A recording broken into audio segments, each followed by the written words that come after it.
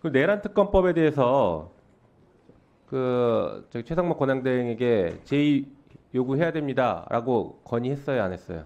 그 부분은 이 정부 국무위원 등을 비롯해서 답변 빨리 하시죠. 예, 여러 위원님들 의견을 모아서 종합적으로 결론 내린 것으로 아니 말씀드릴 법무부 수 있습니다. 차관이 건의했냐고요? 구체적으로 제가 어떤 내용으로 건의했다라는 거는 말씀드리는 거는 맞지 않는 것 같습니다.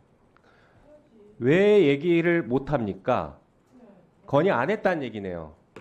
그렇게 이해하겠습니다. 건의했으면 건의했다고 하지 왜 얘기를 못해? 그전에는 건의했다고 다 얘기해놓고 왜 이번에만 건의했다고 얘기를 못 합니까? 아니, 건의 안 했으니까 그런 거죠? 아닙니다. 기본적으로 자, 문제점에 그리고 대해서는 다 말씀을 드렸고 건의 안 했잖아요. 그런데 제의하라고. 맞죠? 아닙니다. 그렇진 않고 그럼 건의했습니까? 문제점에 대해서는 제의 지적을 요구 했습니다. 하셔야 됩니다라고 건의했어요. 그러면 문제점에 대한 지적을 했고 제의 요구 결정 자체는 제가 결정 네. 단독으로 할 수 있는 건 아니기 때문에 네. 여러 PPT 의사를 모아서 보여주시죠. 한 것으로. 그 부분은 더 확인해 보겠습니다. 함부로 거짓말하시면 안 됩니다. 자, PPT 보여주세요. 마은혁 헌법재판관 미임명에 대해서 지금 권한쟁의 심판 중이잖아요. 맞습니까? 네. 근데 최상목 권한대행이 이런 얘기를 해요. 위헌 결정이 나오더라도 곧바로 임명하지 않고 법무부와 법제처와 추가 검토를 하겠다. 법무부가 이거 추가 검토할 권한이 있나요? 뭐 기본적으로 추가 검토할 겁니까? 요거 오면? 아직 구체적인 사안에 대한 결정이 이루어지지 않았기 때문에 거기에 대해서 그걸 전제로 말씀드리는 건 맞지 않습니다만 기본적으로는 네. 이 법무부의 위치라는 것이 어떤 국정 운영에 있어서 권한대행이 이렇게 법적인 측면에 얘기했는데 검토 안 할 거예요? 법적인 측면에서 조언을 할 수 있기 때문에 네. 필요한 하지 범위 내에서 할 마십시오. 수 있다고 그런데 봅니다. 하면 안 됩니다. 다음 페이지 보여주시죠. 헌법재판소법을 좀 보면서 얘기하십시오. 헌법재판소법에 뭐라고 돼 있어요?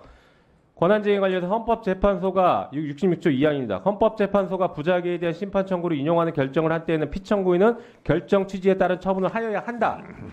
법무부한테 물어봐서 한다가 아닙니다. 법제처에 물어봐도 안 되고 해야 됩니다. 이게 안 읽혀요? 해석이 안 됩니까? 그 다음 뭡니까? 67조 결정의 효력. 헌법재판소의 권한쟁의 심판 결정 모든 국가기관 지방자치단체를 기속한다. 법무부도 기속되죠? 네, 그렇습니다. 예. 예. 조언하지 마시고 바로 임명해야 됩니다. 다만 여기서 말씀하신 조언이라고 하는 것은 일부만 결정이 넣어주시면 어떤 내용의 마무리하겠습니다. 결정이 이루어지 알 수 없기 때문에 여기에 대해서 지금 말장난하지 마시고요. 헌재에서 인용했으면 바로 곧바로 임명해야 된다고요. 지금 명확하잖아요. 법조문상. 그 권한대행의 네, 취지는 그만 말씀하십시오. 그 법원행정처장님, 지금 예. 제가 말씀드린 이 해석이 무리한 해석입니까?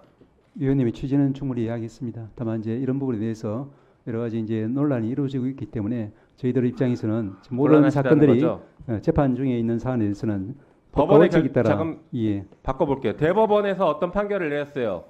그 대법원의 판결을 국가기관이 따라야 됩니까? 따르지 말아야 됩니까? 따라야 됩니다. 당연하죠. 예. 헌법재판소가 결정하면 따라야 됩니까? 따르지 말아야 됩니까? 따르는 것이 필요하다라고 헌재 측에서 입장을 밝힌 것으로 알고 있습니다. 네. 법원행정처도 따라야 된다는 입장을 밝힌 것으로 이해하겠습니다. 법무차관, 네. 지금 이런 거 가지고 말장난하시면서 국민들을 혼란스럽게 하면 안 되고요. 이런 부분은 명확하게 정부 입장을 얘기해야 됩니다. 따라야 합니다. 이렇게 답변을 하셔야죠. 말씀해 보시죠. 따라야 합니까? 헌재 결정이라든지 법원 판단에 대해서는 당연하게 존중을 해야 되죠. 다만 지금 어떤 결정이 나오는지 알 수 없는 상황에서 어떤 결정이 나올 걸 전제로 해서 말씀하시니까 거기에 대해서는 단정하게 말씀 못 드린다는 겁니다. 지금 계속 얘기하지 않습니까? 인용 결정이 나오면 따라야 됩니까? 말아야 됩니까? 원칙적으로 말씀드리면 헌재 결정은 존중해야 됩니다. 예. 따라야 합니까? 헌재 결정 내용을 분석을 해야 되고요. 그 취지가 어떤 것인지 예. 존중해야 됩니까? 따라야 됩니까? 구속되는데 앞으로 법무부와 검찰은 법원에 기소하지 마십시오. 그러면 법원의 결정 안 따를 거예요. 차관 법제처장 제가 질문하니까 따라야 한다고 서면으로 제출했잖아요. 아니 그러니까 제가 존중한다는 게 같은 말입니다. 말을 못해요. 따라야 합니다. 아니 제가 존중한다고 말씀을 드렸는데 따라야 한다는 말씀을 자꾸 사실상 그런 답을 원하시니까 사실 같은 취지 말씀드렸던 건데 거기에 대해서 제가 말씀드렸던 겁니다. 존중한다는 말이 같은 취지죠. 아니요, 같은 취지가 아닙니다. 존중하는 것과 따르는 건 다릅니다. 존중하지만 따르지 않겠다. 이게 무슨 차이입니까? 존중하지만 따르지 않는다. 여지껏 검찰이 보였던 태도 아닙니까? 법원의 판결을 존중하지만 따르지 않습니다. 이 얘기 항상 하잖아요. 우리는 견해가 다릅니다. 이렇게 따져왔습니다. 헌재의 결정 따라야 됩니까? 이 헌재 결정이 나오면 그 취지를 분석을 해서 취지에 맞게 저희가 행동할 수 있도록 조언을 하도록 하겠습니다.